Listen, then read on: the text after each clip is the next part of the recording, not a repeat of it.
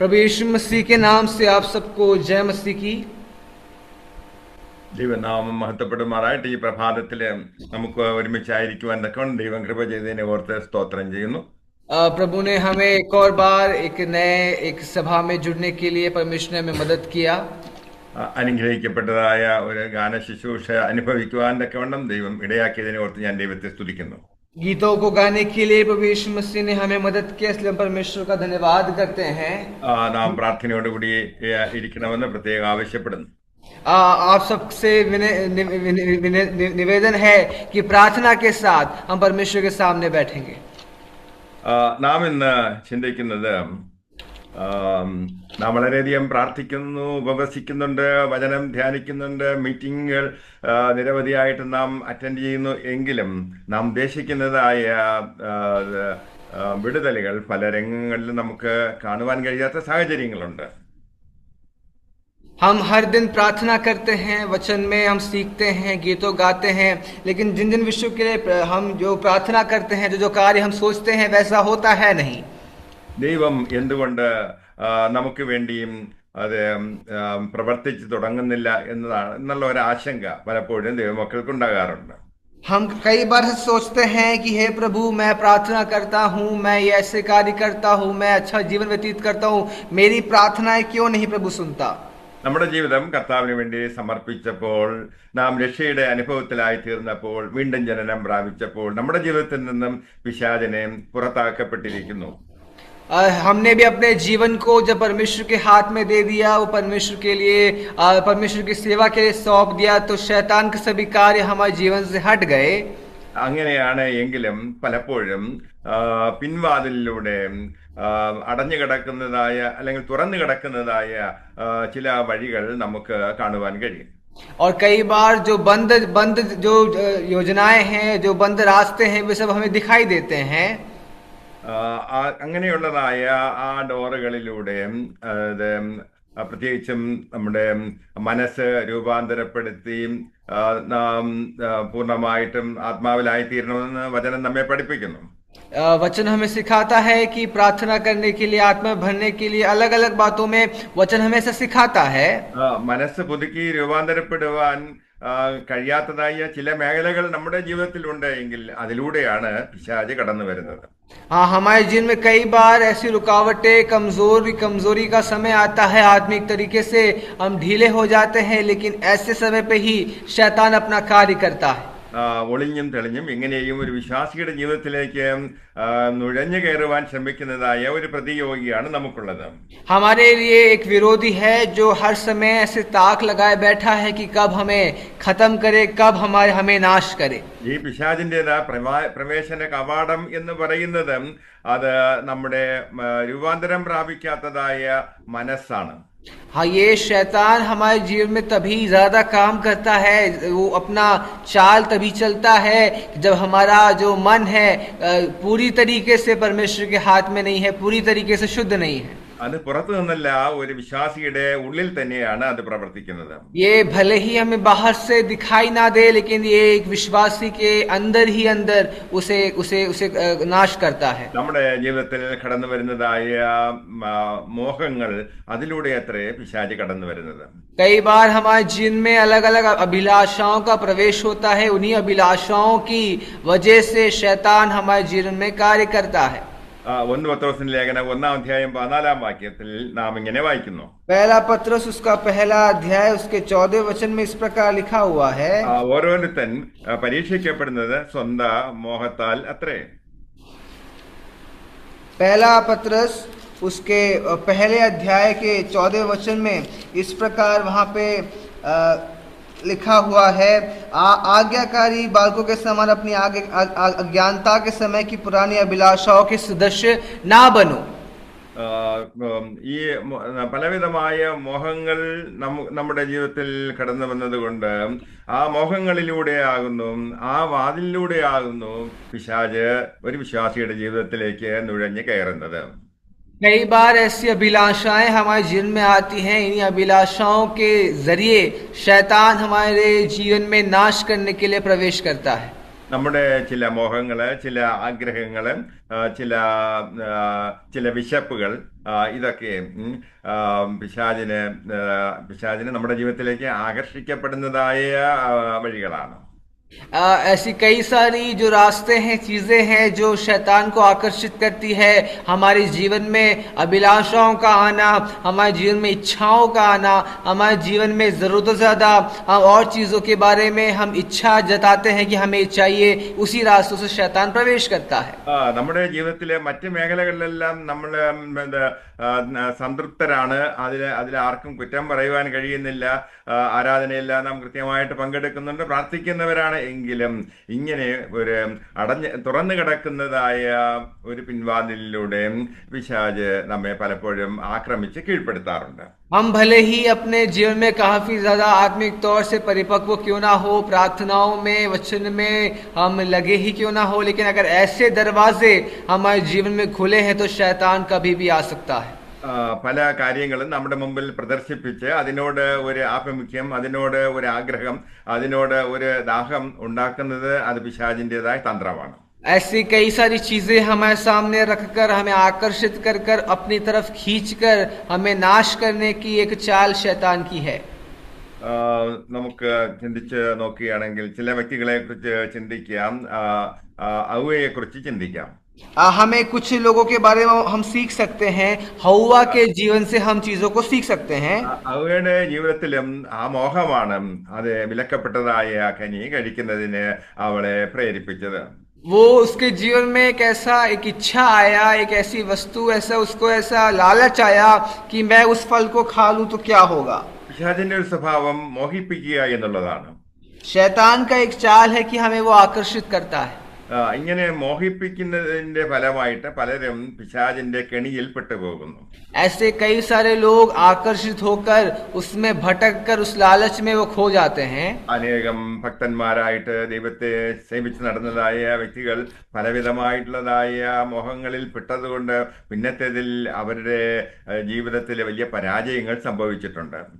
ऐसे कई सारे लोग हैं जो इसी तरह अच्छे जीवन को व्यतीत कर कर लालच में, अभिलाषाओं में, अनाज्ञाकारिताओं में भटक कर अपने जीवन में पराजित हुए कई सारे उदाहरण हम बाइबल में देख सकते हैं.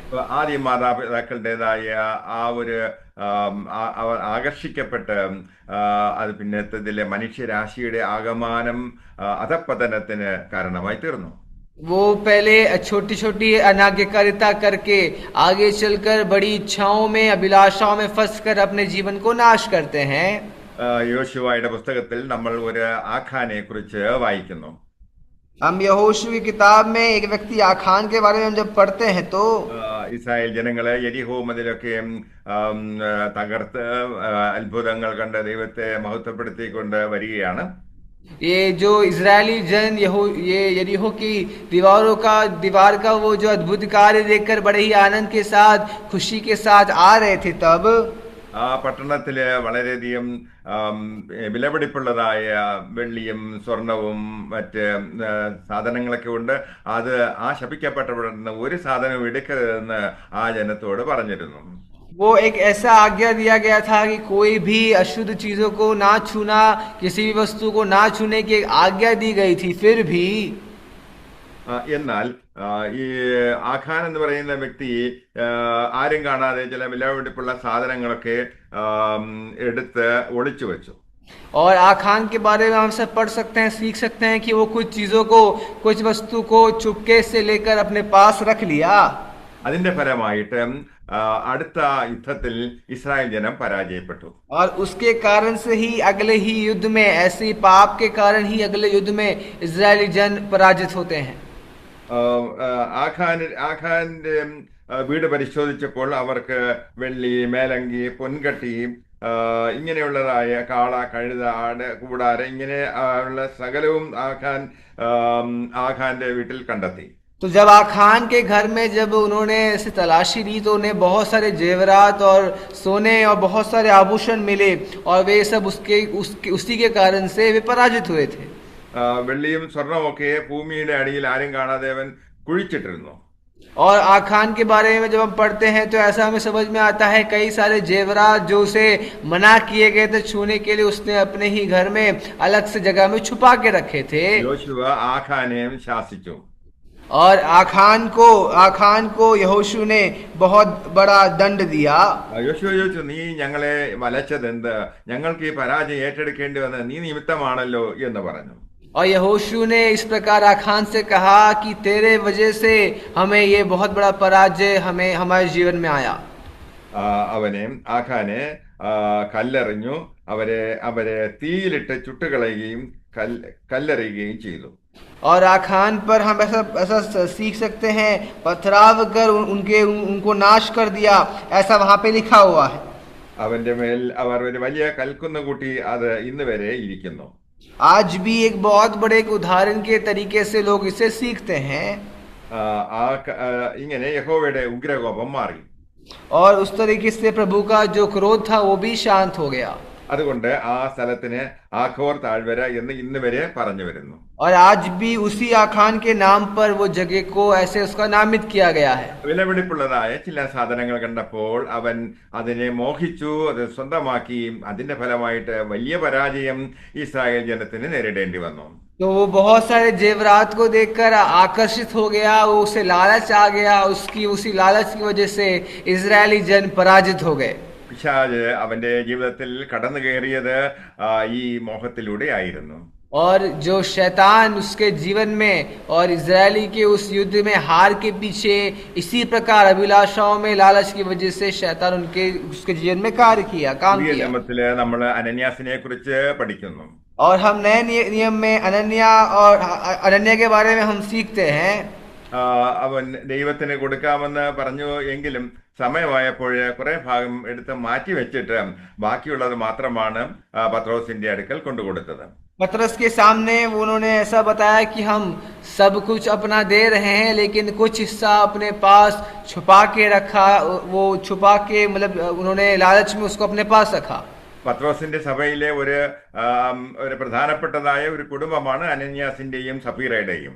और हनन्या सफीरा का ये जो परिवार है पतरस की सभा में कलीसिया में एक बहुत ही अच्छा एक परिवार, एक बहुत ही महत्वपूर्ण परिवारों में से एक है. നല്ല സാമ്പത്തിക ശേഷിയുള്ള കുടുംബമാണ്. और बहुत ही आर्थिक तौर से वे निपुण लोग हैं. എന്നാൽ അവർക്കൊരു മോഹം ജനിച്ചു, എല്ലാം കൊടുക്കേണ്ട കാര്യമില്ല, കുറച്ച് മാറ്റിവെക്കാമെന്ന് ഒരു ചിന്ത അവരുടെ ഉള്ളിൽ കടന്നുകൂടി. और उनके मन में एक ऐसा विचार आया कि अपना सब ना देकर कुछ भाग अपने पास छिपा के रखेंगे तो उसमें कोई बुराई नहीं, ऐसा उन्होंने सोचा. പത്രോസ് ആത്മനിറവിൽ അനന്യാസിനോട് ചോദിച്ചു, ഇത്ര മാത്രമേ ഉള്ളൂ എന്ന് അവനോട് ചോദിച്ചു. पतरस आत्मा में भरकर हनन्या से पूछता है कि क्या तेरे पास इतना ही है. അവൻ അവിടെ തന്നെ പിടഞ്ഞ് മരിച്ചു വീണതായിട്ട് നമ്മൾ വായിക്കുന്നു. और वहां पे हम आगे सीख सकते हैं कि उधर ही वो गिर गया, उधर ही वो तड़प के खत्म हो गया. അതുപോലെ തന്നെ സഫീറയ്ക്കും അത് സംഭവിച്ചു. और उसी तरीके से सफीरे के जीवन में भी इसी तरह वो नाश हो गई. അവര് മരണം ഏറ്റെടുക്കേണ്ടി വന്നതുകൊണ്ട് മോഹവലയത്തിൽ പെട്ടതുകൊണ്ടാണ്. वो उनके नाश होने के पीछे कारण यही है, अभिलाषाओं में लालचों में वे भटक गए. ഇന്ന് നാം ലോകത്തിൽ നോക്കുകയാണെങ്കിൽ കോടിക്കണക്കിനായിട്ടുള്ളതായ യുവജനങ്ങൾ പലവിധമായിട്ടുള്ളതായ മോഹങ്ങളിൽ മോഹവലയത്തിൽപ്പെട്ട് അവരുടെ ജീവിതം ഇതുപോലെ നശിച്ചു പോകുന്നത് കാണുവാൻ കഴിയും. आज हमारे इस युग में हम देख सकते हैं कई सारे नौजवान इस तरीके के अभिलाषाओं में, लालचों में, मोह से भरी चीजों में भटक कर अपने जीवन को नाश करते हैं. ഈ മോഹങ്ങൾ പിശാച് നമ്മുടെ ജീവിതത്തിൽ കൊണ്ടുവരുന്നത്, നമ്മുടെ മുമ്പിൽ കാണിക്കുന്നത്, അത് നമ്മെ എന്താണ് ചൂണ്ടയിൽ കൊളുത്തുന്നത് പോലെയുള്ളതായ കൊളുത്തി ഒരു ഭക്ഷണം കൊടുത്തിട്ട് മത്സ്യത്തെയും മറ്റുമൊക്കെ പിടിക്കുന്നത് പോലെയുള്ളതായ ഒരു ചൂണ്ടയാണ്. हमें ऐसा सीख सकते हैं कि हम जब मछली को पकड़ते हैं तो उसे हम एक कांटे में उसे फंसा कर उससे पहले दाना देते हैं. उसी प्रकार का एक लालच है, एक बहुत बड़ा एक वो ट्रैप है कि हमें फंसाने के लिए शैतान ऐसी चाल चलता है. അപ്പൊ ഈ പരീക്ഷ സംഭവിക്കുന്ന ടെംപ്റ്റേഷൻ ഉണ്ടാകുന്നത് ആന്തരികമായ ഒരു അനുഭവമാണ്. तो प्रियो, ऐसी जब परीक्षाएं हमारे जीवन में आती हैं तो ये हमारे आत्मिक जीवन में, हमारे अंदरूनी जीवन में काम करती हैं. അപ്പോൾ ഈ ഭൗതികമായിട്ടുള്ള കാര്യങ്ങൾക്ക് വേണ്ടിയുള്ളതായ ഒരു ദാഹം അല്ലെങ്കിൽ ഒരു വിശപ്പ്, അമിതമായ ആഗ്രഹം എന്ന് പറയുന്നത് അത് നമ്മുടെ മനസ്സിലും രൂപാന്തരം പ്രാപിക്കാത്തതായ ആ ഭാഗത്താണ് ഇത് സംഭവിക്കുന്നത്. ये तभी हमारे जीवन में अभिलाषाओं में हम भौतिक चीजों के पीछे भागते हैं, जो संसारिक चीजों पे भागते हैं। ये हमारे जीवन में बहुत लोगों के जीवन में ये चीजें आती हैं। റോമർക്ക് എഴുതിയ ലേഖനം 12-ാം അധ്യായം 2-ാം വാക്യത്തിലേക്ക് നോക്കുകയാണെങ്കിൽ रोमी उसका 12वां अध्याय उसके दूसरे वचन में इस प्रकार वहां हम पढ़ सकते हैं, വായിച്ചാട്ടെ. इस संसार के सदस्य ना बनो, परंतु तुम्हारे मन के नए हो जाने से तुम्हारा चाल चलन भी बदलता जाए, जिससे तुम परमेश्वर की भली और भावती और सिद्ध इच्छा अनुभाव को मालूम करते हो। ഈ ലോകത്തിന് അനുരൂപരാകാതെ നന്മയും പ്രസാദവും പൂർണ്ണതയുമുള്ള ദൈവഹിതം ഇന്നതെന്ന് തിരിച്ചറിയേണ്ടതിന് മനസ്സ് പുതുക്കി രൂപാന്തരപ്പെടുകയും.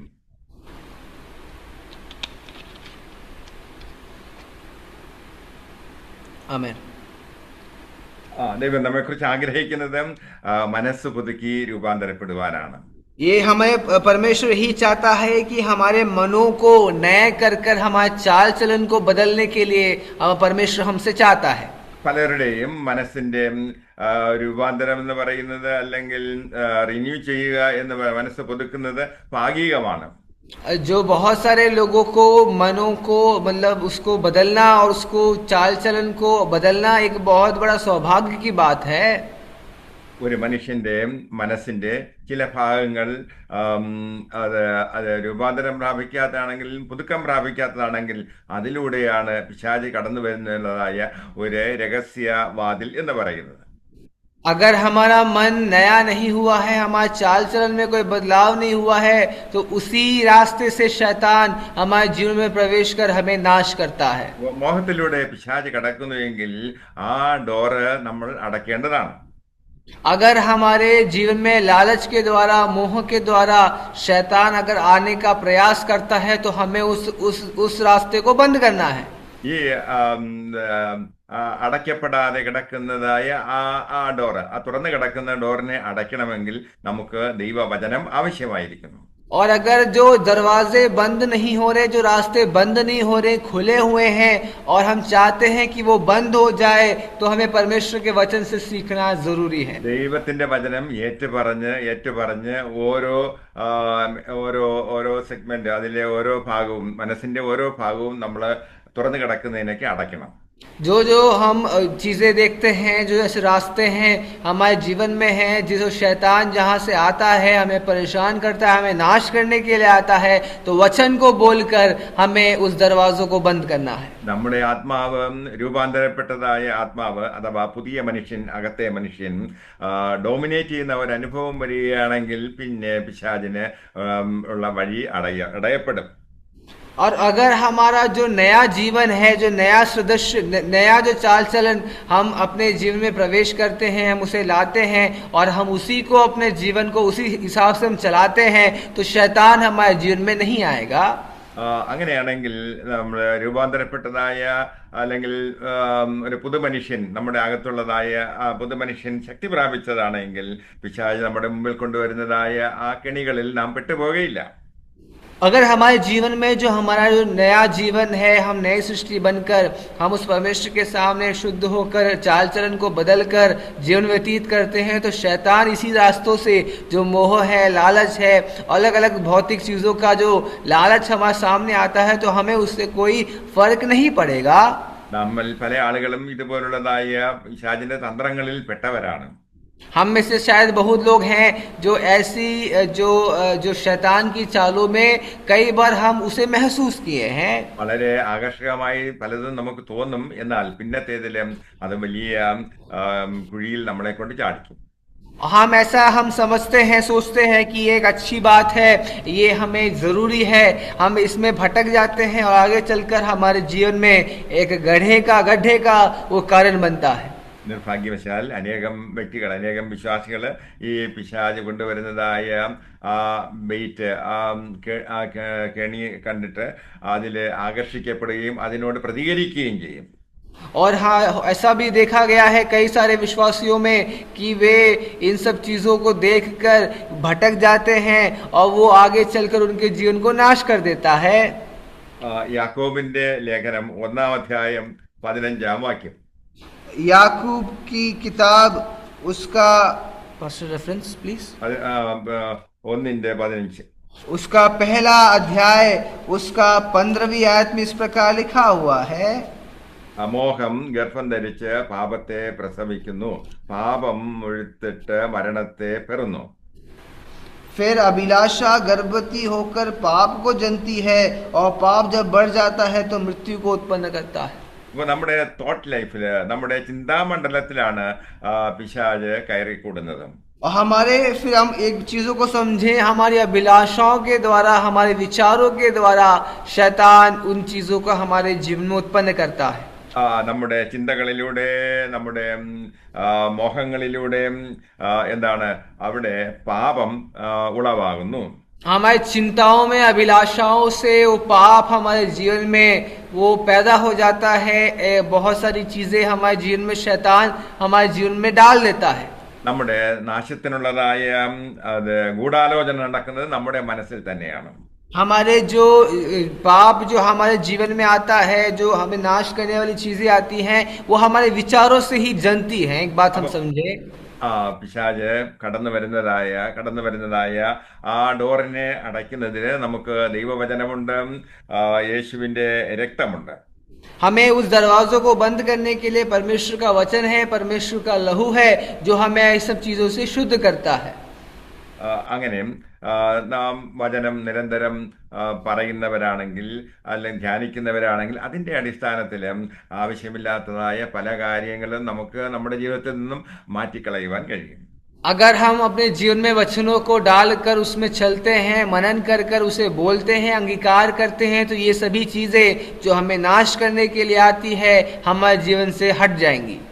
അപ്പോൾ നമ്മുടെ ജീവിതത്തിൽ രൂപാന്തരം പ്രാപിക്കാത്തതായ, പുതുക്കം പ്രാപിക്കാത്തതായ മനസ്സിന്റെ ചില ഭാഗങ്ങൾ, അതിലൂടെയാണ് പിശാച് കടന്നു വരുന്നതായ വാതിൽ. हमारे जीवन में, हमारे मन में कुछ चीजें हैं जो अभी तक नहीं बदली, हम कुछ चीजें हैं जो अभी तक वो नई नहीं हुई, कुछ चीजें हैं जो अभी भी पुराना मनुष्यत्व के समान है, तो वही से ही शैतान हमारे जीवन को नाश करता है.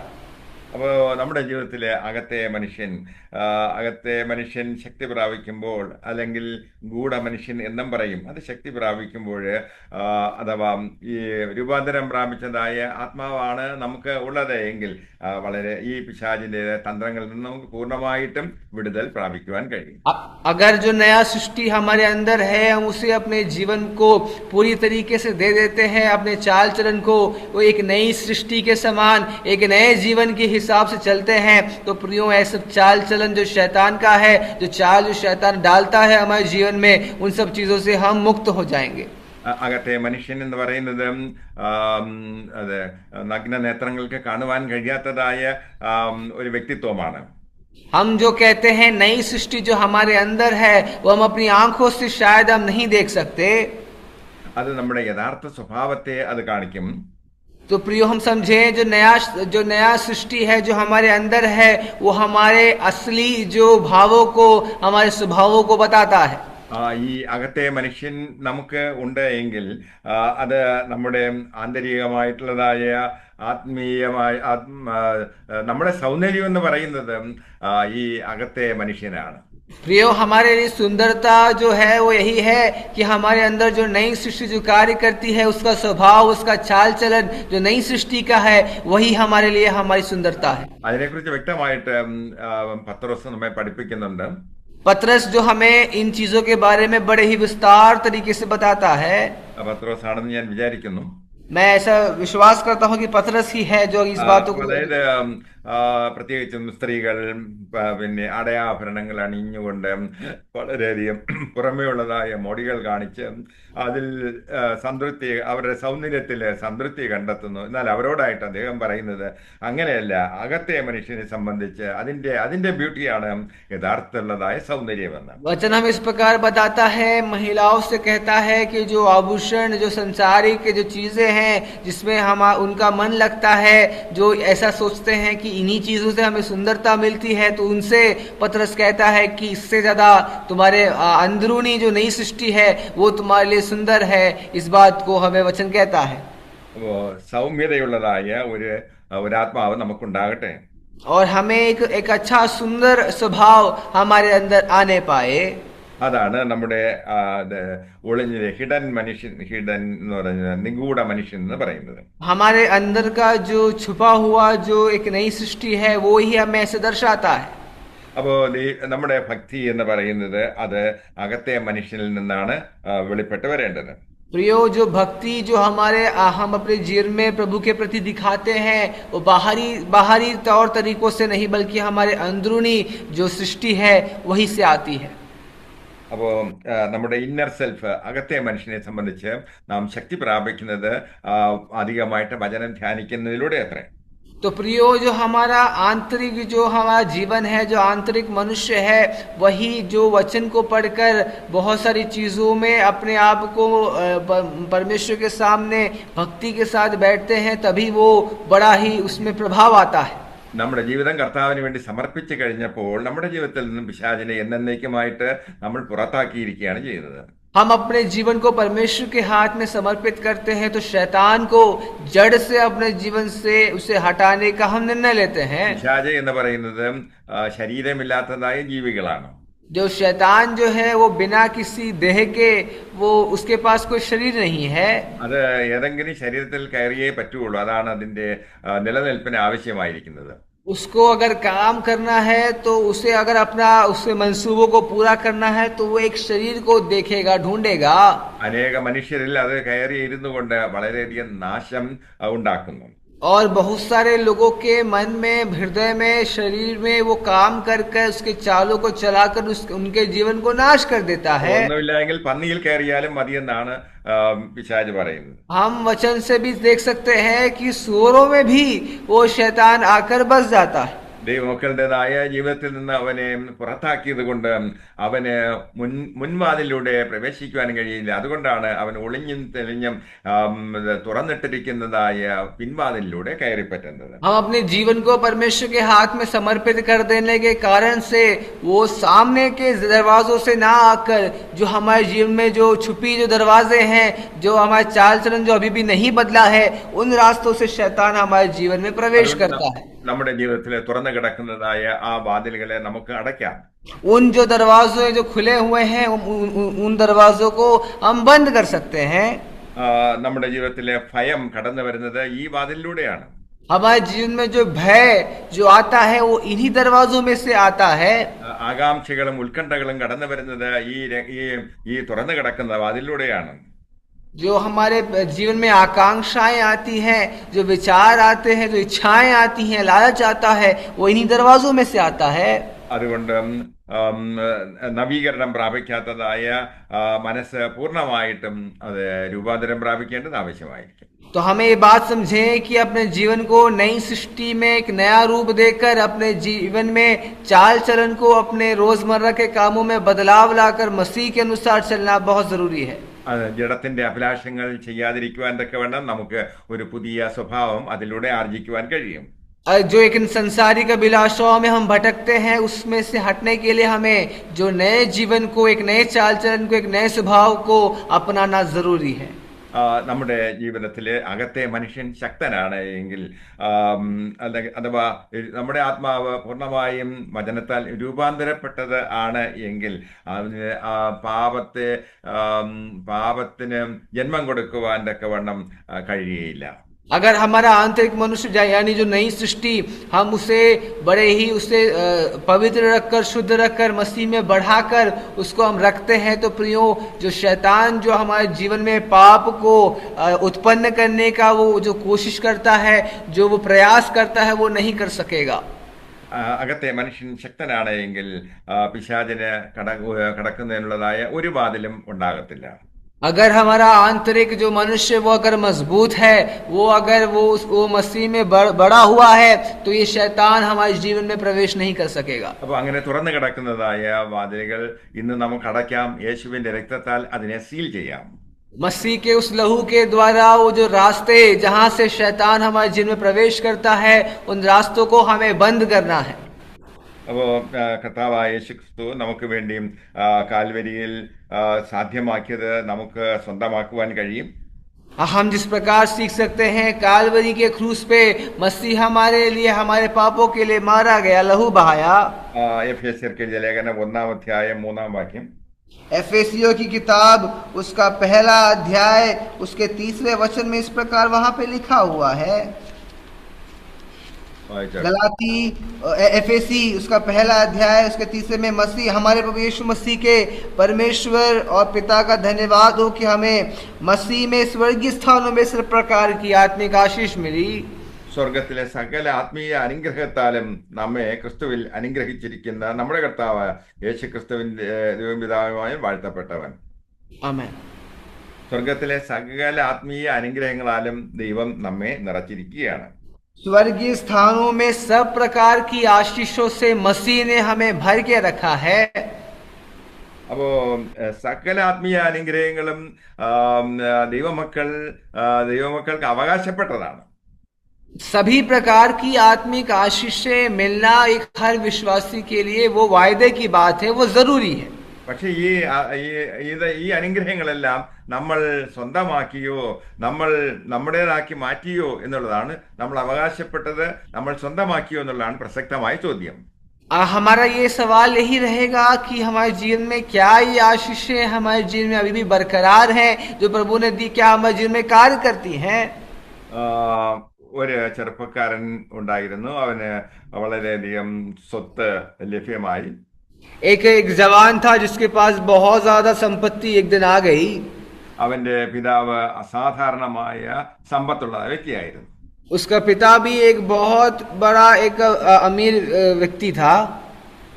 അവന്റെ ഈ വസ്തുക്കളൊക്കെയും തന്റെ കാലശേഷം ഈ മകന് കിട്ടുന്നതിന് വേണ്ടിയുള്ളതായ ഒരു വിൽ അദ്ദേഹം തയ്യാറാക്കി. उसने जो बड़ा जो पिता था अपने बच्चों को सारी जो चीजें वसीयत में देने के लिए उसने एक वसीयत लिखी. ഇതിന്റെ ഡോക്യുമെന്റ് എല്ലാം തയ്യാറാക്കി സൂക്ഷിച്ചിരുന്നു. उनके सभी दस्तावेजों में जो बच्चे के प्रति बेटे की वसीयत के लिए सब उसे संभाल के रखा दस्तावेजों को. 30 വയസ്സുള്ളപ്പോൾ അവന്റെ പിതാവ് മരിച്ചു. जब ये बच्चा, ये बेटा जो 30 साल का हो गया तो उसके पिता का देहांत हो गया. എന്നാൽ ഈ 30 വയസ്സ് വരെയും അവൻ വളരെ പരിമിതമായ സാഹചര്യങ്ങളിലാണ് ജീവിച്ചത്. लेकिन ये बच्चा एक अलग परिस्थिति में से ये बच्चा अपना जीवन को व्यतीत कर रहा था. ഈ യുവാവിനെ അവന്റെ അമ്മ വളർത്തിയത് ഒരു ചെറിയ വീട്ടിലായിരുന്നു. और इसकी माँ ने इस बच्चे को एक छोटे से घर में एक अलग एक वातावरण में उसको पलाया बढ़ाया. മഴ പെയ്യുമ്പോൾ ചോർച്ചയുള്ളതായ ഒരു വീടായിരുന്നു അത്. बारिश में पानी टपकने वाला एक घर में इसको रखा. എന്നാൽ അവന്റെ പിതാവ് മരിച്ചപ്പോൾ അതിന്റെ ലോയേഴ്സ് ആ ഡോക്യുമെന്റ് ഈ മകനെ കൊണ്ടുവന്ന് അവന്റെ കയ്യിൽ കൊടുത്തു. जब पिता का देहांत हुआ तो जो वकील आकर और ये वसीयत के दस्तावेजों को लेकर इस बच्चे के पास आए. എന്നാൽ ഇത്രയും വലിയ സമ്പത്തിന്റെ ഉടമയാണ് എങ്കിലും അവനത് വിശ്വസിക്കുവാൻ കഴിയുന്നില്ല.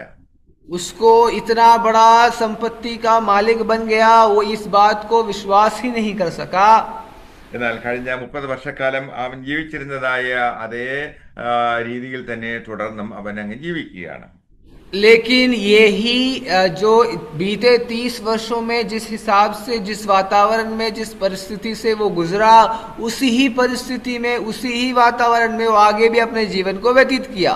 അവന് ആകെ കൂടി ഒരു പോവർട്ടി മെന്റാലിറ്റിയാണ്, ദാരിദ്ര്യത്തിൻ്റെതായ മാനസികാവസ്ഥയാണ് ഇപ്പോഴും ഉള്ളത്. अभी भी उसको उस गरीबी में, उसी गरीबी में उसे जीने की आदत सी हो गई है. അപ്പം അവന്റെ സെക്യൂരിറ്റി എന്ന് പറഞ്ഞാൽ ജീവിതത്തിൽ സുരക്ഷിതത്വം എന്ന് പറയുന്നതിന് അവന് ഒരു സുരക്ഷിതത്വം ഇല്ലായ്മ തന്നെ ഇപ്പോഴും ഫീൽ ചെയ്യുന്നു. उसे अपने जीवन में अभी भी एक असुरक्षा, एक डर उसके मन में अभी भी है. മുമ്പത്തെ പോലെ തന്നെ അവൻ ഇപ്പോഴും ചിന്തിക്കുകയാണ്, അവന്റെ മുമ്പിലുള്ളതായ സ്വത്ത് അല്ലെങ്കിൽ സമ്പത്ത് അല്ലെങ്കിൽ റിസോഴ്സസ് പരിമിതമാണെന്നുള്ള ആ ചിന്താഗതി തന്നെയാണ് ഇപ്പോഴും അവനുള്ളത്. लेकिन जो संपत्ति उसको मिली है, क्या वो संपत्ति उसके लिए काफी है? क्या वो कम तो नहीं? क्या उसे बढ़ाने के लिए कुछ किया जाए? ऐसे विचार उसके मन में आते हैं। അവൻ ഇപ്പോഴും പഴയതായ ചൊറന്നലിക്കുന്നതായ ആ ചെറിയ അപ്പാർട്ട്മെന്റിൽ തന്നെയാണ് താമസം തുടർന്നത്. अभी भी वो उस छोटे से घर में जो पानी टपकता है बरसात में, उसी घर में वो अभी भी रह रहा है.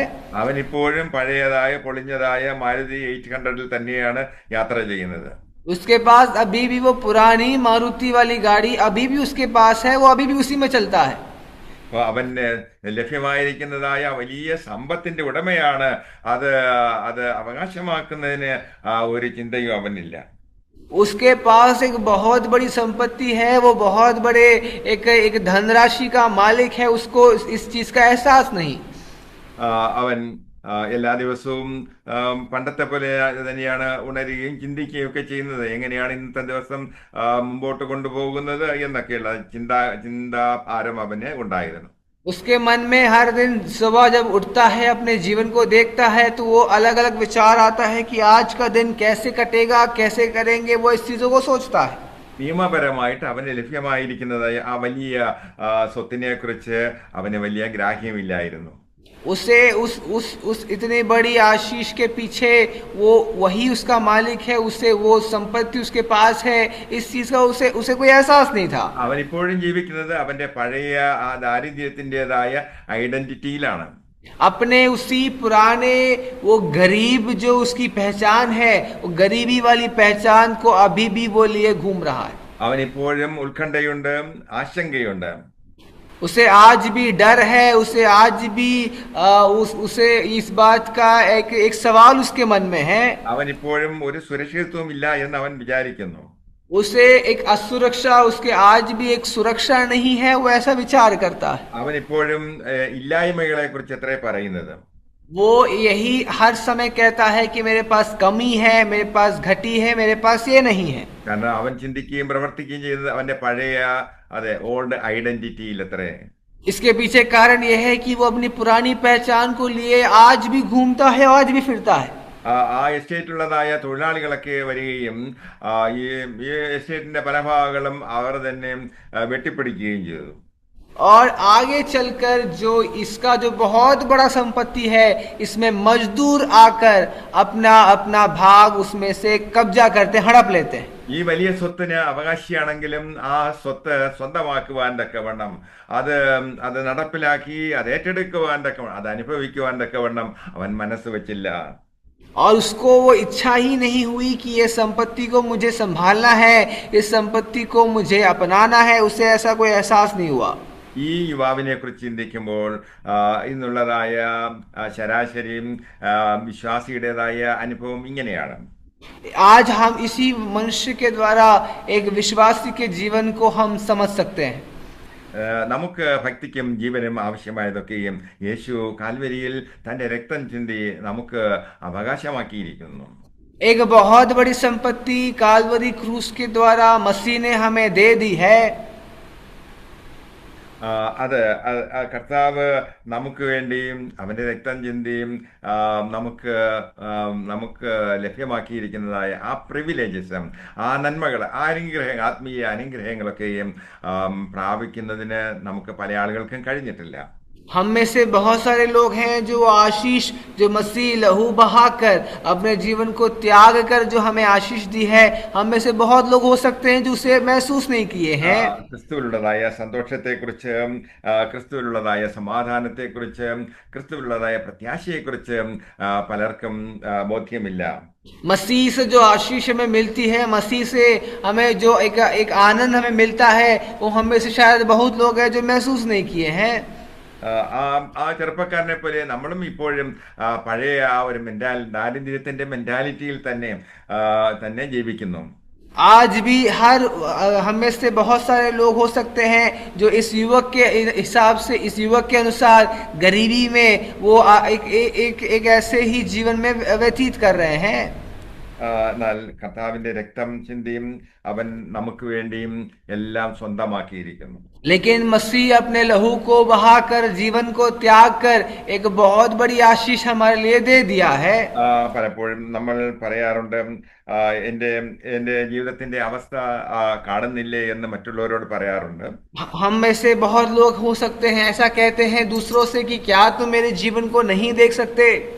അങ്ങനെയാണെങ്കിൽ നിങ്ങൾ അങ്ങനെ പറയുമ്പോൾ നാം പിശാചിന് വേണ്ടിയും അത് വാതിൽ തുറന്നു കൊടുക്കുകയാണ് ചെയ്യുന്നത്. प्रियो, अगर हम ऐसा कहते हैं, ऐसा हम खुद को हम ताड़ना देते हैं, तो हम शैतान को एक रास्ता खोल के देते हैं शैतान को प्रवेश करने के लिए. ഒരുപക്ഷെ വിശ്വാസികൾ ഇങ്ങനെ പറയുന്നവരുണ്ട്, അതായത് ഞാൻ ആകെ തകർക്കപ്പെട്ടതായ വ്യക്തിയാണ് എന്ന്. हम में से बहुत सारे विश्वासियों को हमने देखा है जो कहते हैं कि मैं बर्बाद हो गया, मैं नाश हो गया, मैं खत्म हो गया. അതിന്റെ ഫലമായിട്ട് നിങ്ങൾ എന്താണോ വിതച്ചത് ആ ഫലം അത്രേ നിങ്ങൾക്കുണ്ടാകുവാൻ പോകുന്നത്.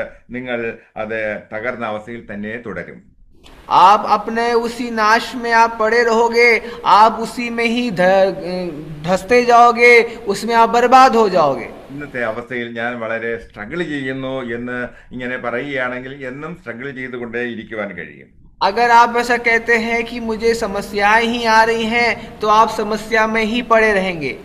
ഇന്നും എൻ്റെ ജീവിതം ഇങ്ങനെ തന്നെയായിരിക്കുന്നു, ഞാൻ വളരെയധികം ജീവിതകാലം മുഴുവനും അധ്വാനിച്ചവനാണ് എന്ന് പറഞ്ഞ് വിലപിച്ചുകൊണ്ടിരിക്കുകയാണെങ്കിൽ എന്നും വിലപിച്ചുകൊണ്ടിരിക്കുവാൻ മാത്രമേ കഴിയുകയുള്ളൂ. प्रियो, अपने जीवनों को देखकर, अपने परिस्थितियों को देखकर हर समय विलाप करने वाले जो जन होते हैं, जो लोग होते हैं, वो जिंदगी भर विलाप ही करते रहते हैं. ഇങ്ങനെയൊക്കെ നെഗറ്റീവായിട്ടുള്ളതായ കാര്യങ്ങൾ പറയുകയാണെങ്കിൽ, അവിശ്വാസത്തിന്റെ വാക്കുകൾ പറയുകയാണെങ്കിൽ, നിങ്ങൾ വാസ്തവമായിട്ടും പിശാചിന് വേണ്ടിയും ആ വാതിലുകൾ അത് വലുതാക്കി കൊടുക്കുകയാണ് ചെയ്യുന്നത്. नकारात्मक चीजें, अविश्वास वाली बातें हम अपने जबान से कहते हैं, तो प्रियो, हम उस शैतान को एक रास्ता बना के देते हैं कि हमारे जीवन में प्रवेश करने के लिए. ഒരു സ്റ്റോറി നിങ്ങളെ കേൾപ്പിക്കാൻ ആഗ്രഹിക്കുന്നു. मैं एक कहानी को आपसे कहना चाहता हूँ. ഒരു മനുഷ്യൻ കിടന്ന് ഉറങ്ങിയപ്പോൾ ഒരു സ്വപ്നം കണ്ടു. वो एक व्यक्ति था जो जब वो सो गया तो उसने एक स्वप्न को देखा. അവൻ സ്വപ്നത്തിൽ കണ്ടത് അവൻ സ്വർഗരാജ്യത്തിന്റെ കവാടത്തിൽ നിൽക്കുന്നതായിട്ടാണ്. वो ऐसा स्वप्न देखा कि वो स्वर्ग राज्य के उस दरवाजे के सामने खड़ा हुआ है. അവിടെ ചില ആളുകൾ സ്വർഗരാജ്യത്തിന്റെ ഗേറ്റിന് മുമ്പിൽ നിൽക്കുന്നത്, ചില ആളുകൾ നിൽക്കുന്നത് അവൻ കണ്ടു. उसने कुछ लोगों को उस द्वार के सामने खड़े हुए देखा. ആ കൂട്ടത്തിൽ ഒരുവൻ ആ ഗേറ്റിൽ ശബ്ദമുണ്ടാക്കി. ഗേറ്റിൽ he knocked at the gate of heaven. वो उसमें से एक व्यक्ति आकर उस दरवाजे में खटखटाता है, उसे वो ऐसा हल्ला मचाता है, शोर करता है. ആ സ്വർഗരാജ്യത്തിന്റെ അകത്ത് നിന്ന് ഒരു ശബ്ദം കേട്ടു. ആരാണ് അത് പിന്നെ ഈ ഇവിടെ ഡോറിൽ തട്ടുന്നത് എന്ന്. तो फिर ऐसा दिखाया, स्वप्न में उसने देखा कि स्वर्ग राज्य में से एक आवाज आती है कि कौन है जो दरवाजे को खटखटाता है. സ്വർഗരാജ്യത്തിന്റെ അകത്തേക്ക് പ്രവേശിക്കുവാൻ തക്കവണ്ണം ആഗ്രഹിക്കുന്നത് ആരാണ് എന്ന് ഒരു വലിയ ശബ്ദം കേട്ടു. एक बहुत बड़ी आवाज आई कि स्वर्ग राज्य में प्रवेश करना कौन चाहता है, कौन है जो दरवाजे में खटखटाता है. അപ്പോൾ അകത്ത് നിന്ന് വീണ്ടും ഒരു ശബ്ദമുണ്ടായി. അതായത് സ്വർഗരാജ്യത്തിൽ പ്രവേശിക്കുന്നതിനുള്ളതായ നിങ്ങളുടെ പാസ്വേഡ് എന്താണ് എന്ന് ചോദിച്ചു. तो उससे ऐसा पूछा गया कि स्वर्ग राज्य में प्रवेश करने के लिए तुम्हें एक पासवर्ड देना है, एक पासवर्ड देना है उसको अंदर आने के लिए. അപ്പോൾ അതിന് രഹസ്യ കോഡ്, അതിന് അവൻ പറഞ്ഞത് I am the righteous man, I am a righteous man, ഞാനൊരു നീതിമാനായ മനുഷ്യൻ എന്ന് പറഞ്ഞു. तो वो व्यक्ति जब जो उसे एक रहस्य जो कोड बोलना था, उसके बजाय वो व्यक्ति कहता है कि मैं बहुत ही भला मनुष्य था अपने जीवन में, ഞാൻ ധാർമ്മികതയുള്ളതായ ഒരു മനുഷ്യനാണെന്ന് പറഞ്ഞു. मैं बड़ा ही धार्मिक व्यक्ति था अपने जब काल में जीवन काल में. അപ്പോൾ അവൻ പറഞ്ഞു, അകത്തുനിന്ന് ശബ്ദം കേട്ടു, അത് അനീതി പ്രവർത്തിക്കുന്ന മനുഷ്യനെ ഞാൻ നിന്നെ അറിയുന്നില്ല എന്ന് പറഞ്ഞു. അവിടെ നിന്നും അവനെ പുറത്താക്കി. तो उस व्यक्ति को वहां से हटा दिया गया. कहा गया कि तुम इसके योग्य नहीं हो, तुम यहाँ पे प्रवेश करने के लिए योग्य नहीं हो. മറ്റൊരു മനുഷ്യൻ പിന്നെയും അവിടെ ആ ഡോറിലേക്ക് കൊട്ടി. तो प्रियो, हम देखते हैं एक और व्यक्ति वहां पर आता है जो उस दरवाजे में आकर खटखटाता है। അപ്പൊ ആ മനുഷ്യനോട് ചോദിച്ചു, നീ ആരാണ്, നിന്റെ പാസ്വേഡ് എന്താണെന്ന് ചോദിച്ചു. तो उस व्यक्ति से भी पूछा कि तुम कौन हो, तुम्हारे पास कोई रहस्य कोड है अंदर आने के लिए क्या? ഞാൻ നിഷ്കളങ്കനായ വ്യക്തിയാണ് എന്ന് അവൻ പറഞ്ഞു. तो उस व्यक्ति ने इस प्रकार कहा कि मैं एक निष्कलंक व्यक्ति हूँ, पाप कभी नहीं किया मैंने। അപ്പോ അകത്ത് നിന്നും പിന്നെ ഈ ഒരു ശബ്ദം, പിന്നെ അനീതി പ്രവർത്തിക്കുന്നവന് എന്റെ മുമ്പിൽ നിന്നും മാറിപ്പോക എന്ന് പറഞ്ഞു. तो उससे इस प्रकार कहा गया, स्वर्ग से आवाज आई कि तुम इसके अंदर आने के योग्य नहीं हो, तुम्हें अंदर प्रवेश नहीं मिलेगा। മറ്റൊരു മനുഷ്യൻ പിന്നെയും ആ വാതിലിൽ കൊട്ടി.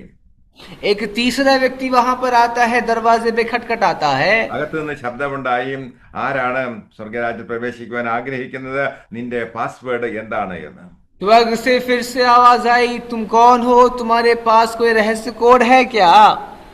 അവൻ പറഞ്ഞു, ഞാൻ ഭക്തിയുള്ളതായ ഒരു മനുഷ്യനാണ്. तो उसने इस प्रकार कहा कि मैं बड़ा ही भक्त हूँ, मैं अपने जीवन काल में भक्ति से जीवन व्यतीत किया। എന്റെ പാസ്വേഡ് എന്ന് പറയുന്നത് മതപരമായ കർമ്മങ്ങളും മതാനുഷ്ഠാനങ്ങളുമാണ് എന്ന് പറഞ്ഞു. तो उसने इस प्रकार कहा कि मैं भक्त के समान अपने जीवन को व्यतीत करता था, यही मेरा पासवर्ड है। അവനോട് പറഞ്ഞു, ഞാൻ നിന്നെ അറിയുന്നില്ല, എന്നെ വിട്ടുപോ എന്ന് പറഞ്ഞു. तो स्वर्ग से ऐसा आवाज आया, मैं तुम्हें नहीं जानता हूँ, मेरे सामने से चले जाओ। അവസാനമായി ഉണ്ടായിരുന്ന ആ വ്യക്തിയും അത് ആ ഡോറിൽ മുട്ടുകയുണ്ടായി. आखिरी में एक आखिरी व्यक्ति भी वहां से आया, वहां पर आया।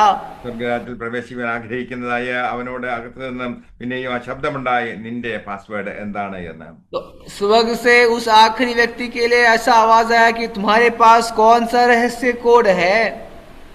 അപ്പോൾ അവൻ പറഞ്ഞു, ഞാൻ മാനുഷിക മൂല്യങ്ങളുള്ളതായ, മനുഷ്യരെ സ്നേഹിക്കുന്നതായ ഒരു വ്യക്തിയാണെന്ന് പറഞ്ഞു.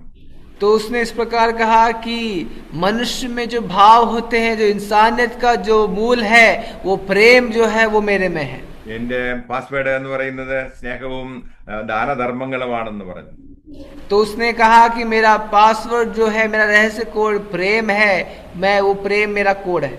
അനീതി പ്രവർത്തിക്കുന്നവനെ എന്നെ വിട്ടുപോകുക, ഞാൻ നിന്നെ അറിയുന്നില്ല എന്നുള്ളത് തന്നെയായിരുന്നു അകത്ത് നിന്നും കേട്ടതായ ശബ്ദം. और आखिरी बार भी स्वर्ग से यही आवाज आई कि तुम यहाँ आने के योग्य नहीं हो, मैं तुम्हें नहीं जानता. അവസാനമായി അവിടെ നിന്നായ വ്യക്തി അവനും അത് സ്വർഗരാജ്യത്തിന്റെ കവാടത്തിൽ മുട്ടുകയുണ്ടായി.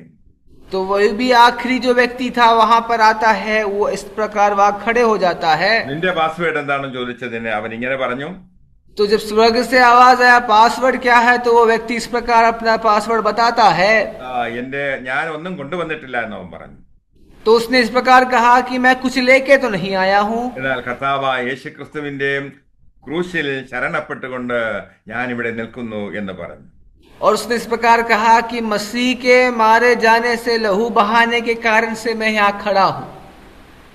അങ്ങനെ യേശുക്രിസ്തുവിന്റെ രക്തത്തിൽ ആശ്രയിച്ചുകൊണ്ട് വന്നതായ അവന്റെ മുമ്പിൽ കേട്ടതായ ശബ്ദം ഇതായിരുന്നു, ഓപ്പൺ വൈഡ് ദ ഗേറ്റ്. ഈ സ്വർഗരാജ്യത്തിന്റെ വാതിൽ അവന്റെ മുമ്പിൽ വിശാലമായിട്ട് തുറക്കപ്പെട്ടു.